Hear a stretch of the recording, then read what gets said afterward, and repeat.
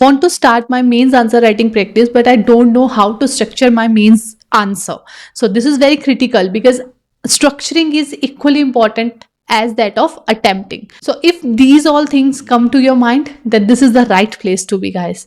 Hello guys, my name is Avinash. I welcome you to my YouTube channel, and today we are going to discuss about how we should structure our mains answers specifically in UPSC examination. So let's get started and decode each and every aspect related to structure. So let's get started.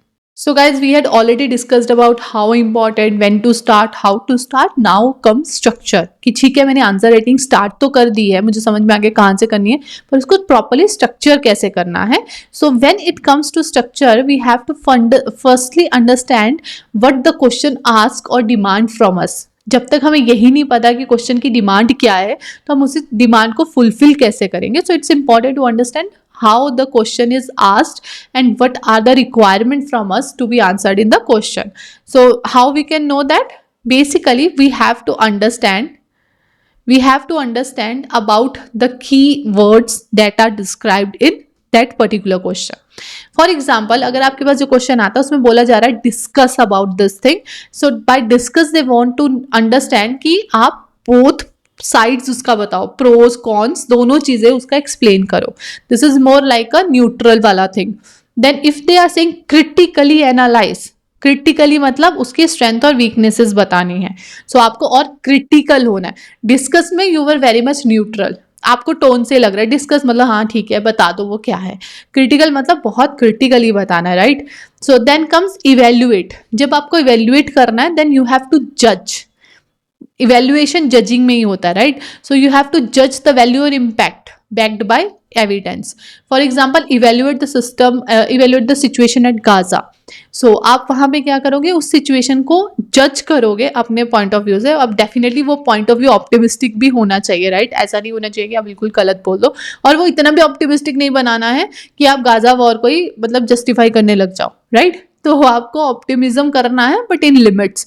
B very much practical also. उन्हें भी पता चल जाएगा, उन्हें पता है कि हम लोग जब आंसर राइटिंग कर रहे हैं तो हम जानबूझ के अपने आप को ऑप्टिमिस्टिक दिखा रहे हैं. So you have to be clever enough to understand कि वो भी बच्चे नहीं है, उन्हें सब पता है. सो प्लीज राइट इन अ वे कि उन्हें लगे कि हाँ तुमने ढंग से प्रैक्टिस करके ढंग से सोच के लिखा है. So this is more about evaluation. When it comes to examine, then focus on the how and why. हमें एग्जामिन करना है. एग्जामिन कौन करता है? डॉक्टर. तो डॉक्टर जब एग्जामिन करता है वो क्या देखता है, इसे क्या हुआ है और कैसे हुआ है, इसे कौन सी बीमारी हुई है, उसका रीजन क्या होगा. Then we have to focus more on how and why, क्या और क्यों, राइट. तो वो आता है एग्जामिन वाले चीज केस में. Then if they ask you about describe और एक्सप्लेन करो, then you have to be very much into straightforward वाला थिंग ना. कि for example describe the emotion of mother. So you can just start it off like this. So हमने क्या समझा, question की demand change होगी. जैसे discuss की बात हो रही है, so they will be more into discussing वाला thing. That you have to be very much into pro and con. दोनों चीजें डिस्कशन में, दोनों चीजें आती हैं. Then if they are asking you to critically analyse, you have to be very much critical over there. And then if they are asking you to evaluate, तो evaluate होता है जजिंग, मतलब जज ही इवेल्युएट करता है. एग्जामिन मतलब doctor का example ले लो, how and why. And when it come to describe, then we can move forward like a straight away thing.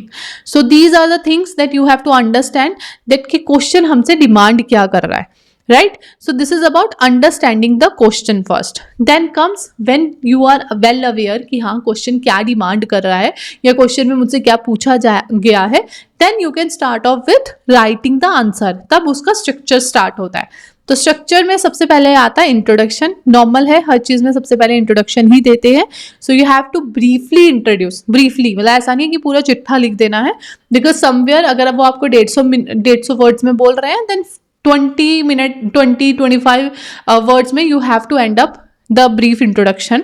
So brief introduction will include definition भी हो सकता है, फैक्ट भी हो सकता है, और कुछ बैकग्राउंड इन्फो भी हो सकता है. अब फैक्ट वगैरह में कैसे है, सपोज करो कोई ऐसा क्वेश्चन है जिसमें आपको पता है, आपको उसका वैल्यू सेट पता है, राइट. उसका कोई डाटा फिगर आपको याद है, तो डाटा से स्टार्ट करो.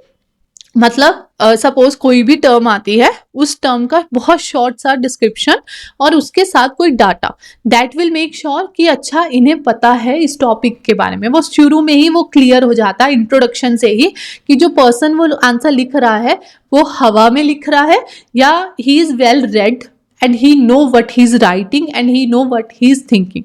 तो वो सब चीजें इंट्रोडक्शन पार्ट से ही क्लियर हो जाती हैं। तो अगर आपको उसका कोई भी डाटा या फिगर पता है जो उससे रेलिवेंट है, ऐसा नहीं कुछ भी लिख देना है, तो आप उसको शॉर्ट में, बहुत शॉर्ट में, मतलब 10 वर्ड्स में, 12 वर्ड्स में उसका जो भी है वो लिखिए डेफिनेशन, और डेफिनेशन में ही वो डाटा जो आपको पता है वो भी वहां पे लिख दीजिए। सो अदरवाइज अगर आपको इन दोनों में से कुछ भी नहीं पता तो डेफिनेटली आप बैकग्राउंड इन्फो तो आपको जरूर पता होगी because you had well read about newspaper. So this is about introduction part, that how you can start off with introducing. Then comes body.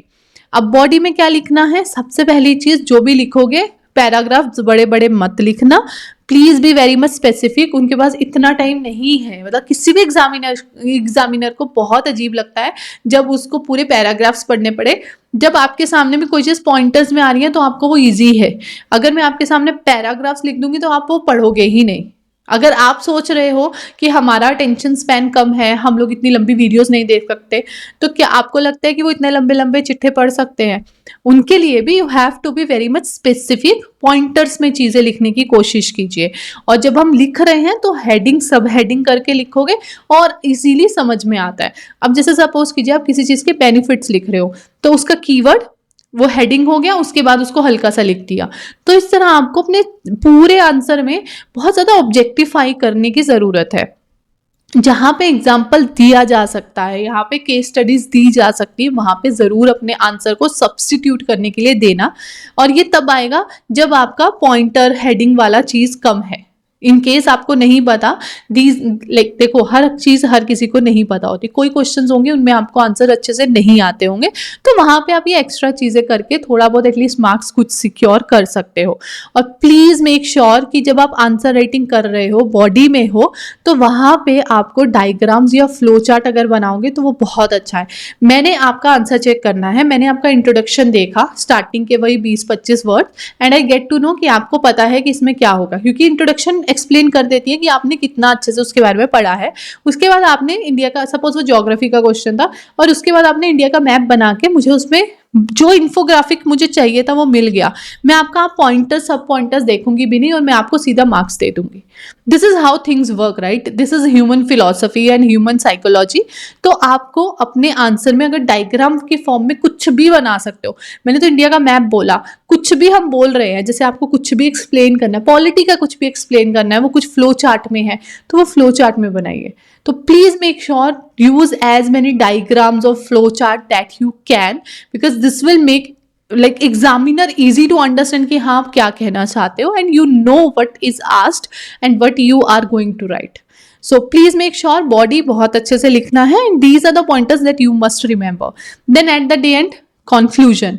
To conclusion में you have to summarize whatever you had explained earlier, और उसमें way forward देना है, और वो भी बहुत optimistic होना चाहिए। बैलेंस्ड व्यू रखना है, जैसे अगर आपको क्रिटिकली एनालाइज करना है तो बैलेंस्ड व्यू रखना, ऐसा नहीं है कि क्योंकि देखो आपकी जॉब की, फिर से वही बात आती है, आपकी जॉब की रिक्वायरमेंट क्या है? You have to be balance, you must not align yourself to particular ideology.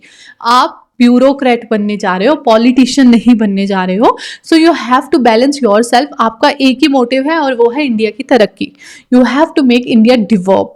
सो यही आपकी चीज़ों, आपको इन चीज़ों पे काम करना है। सो दैट्स वाई आपसे ये एक्सपेक्ट किया जाता है कि जब आप कंक्लूजन लिखोगे तो वहाँ पे they are very smart to understand कि आप कि क्या लिख रहे हो, राइट? तो उसे बहुत बैलेंस्ड वे में रखना, बहुत ऑप्टिमिस्टिक वे में रखना। So this is the way how you should move forward with conclusion. So we had discussed about introduction, body and conclusion. अब है कुछ पॉइंटर्स जो हमें याद रखने चाहिए, और वो क्या है? कभी भी जार्गन्स यूज नहीं करने हैं। Please remember, don't use hi-fi English, jargons वगैरह डाल रहे हो क्योंकि वो आपका बैकग्राउंड है। सपोज करो इफ यू आर समवन जिन्होंने एमए किया है ज्योग्राफी से, and when you are just attempting those questions and you used that type of jargons ना, जो वहाँ पे जो टेक्निकलिटीज या कुछ ऐसा होता हो, तो भाई जो आंसर चेक कर रहा है वो भी इरिटेट भी हो सकता है। So please don't use jargons at all. Right short impactful sentences.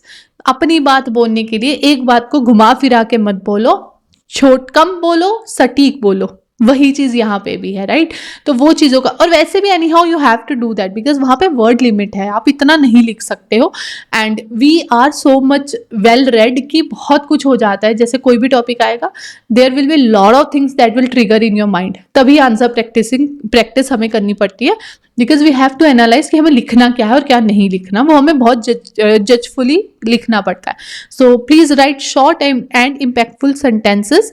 Subjects like geography, economy and polity, diagrams help to illustrate concepts effectively. वो हमने ऑलरेडी कह लिया कि जहाँ पे आप डायग्राम बना सकते हो, please try to include as many diagram and as many flow chart as you can. Various perspective लिखना है, पॉलिटिकल, इकोनॉमिक, सोशल, जितने भी। देखो जब हम पढ़ रहे हैं तब हमें हर चीज को हर एंगल से चेक करना चाहिए। जैसे मैंने बोला कि आप कोई भी क्वेश्चन ले लीजिए, वो क्वेश्चन पॉलिटी में भी आ सकता है, इकोनॉमिक्स में भी आ सकता है, ज्योग्राफी, किसी में भी पूछा जा सकता है। अब मैंने आपसे गाजा वार बोला, हम उसकी इंटरनेशनल रिलेशन के पॉइंट ऑफ व्यू से भी डिस्कस कर सकते हैं, राइट? वो जीएस पेपर 2 में हो गया। अब उसको हम लोग गाजा वार की हिस्ट्री से रिलेट करके भी क्वेश्चन पूछ सकते हैं। अब मैं गाजा वार को उसकी ज्योग्राफी के हिसाब से भी पूछ सकती हूँ कि उसकी ज्योग्राफी का क्या इन्फ्लुएंस है बिकॉज ऑफ दैट वॉर। तो आपने सोचा मैंने एक ही चीज के डिफरेंट पर्सपेक्टिव जोड़ दिए, तभी इन सब्जेक्ट्स को ह्यूमैनिटीज बोला जाता है, राइट? तो यही लाइफ है। तो इसलिए जब आप क्वेश्चन अटेम्प्ट कर रहे हो, just try to analyse each and everything from different perspective. आपका माइंड एकदम से ट्रिगर होना चाहिए बिकॉज एनी हाउ जब हम एग्जामिनेशन हॉल में मेंस आंसर राइटिंग कर रहे होंगे, मेंस लिख रहे होंगे, तब हमारे पास इतना टाइम नहीं है कि हम ओवरथिंक कर सके। हमें बहुत स्पीडीली अपना सारा सब्जेक्ट का जो भी मैटर है वो खत्म करना होता है, सारा एग्जाम अटेम्प्ट करना होता है। Because if you are not able to write any question, किसी भी क्वेश्चन का आंसर नहीं लिख पाए हो, देन प्लीज मेक श्योर यहाँ पे एक एक नंबर से बहुत कुछ होता है। तो please be very much attentive. Please do as many practice as you can. I had explained each and everything how you can start with it. And अभी हमने इस वीडियो में ये भी देख लिया है that firstly we have to understand the question, what is the demand of the question.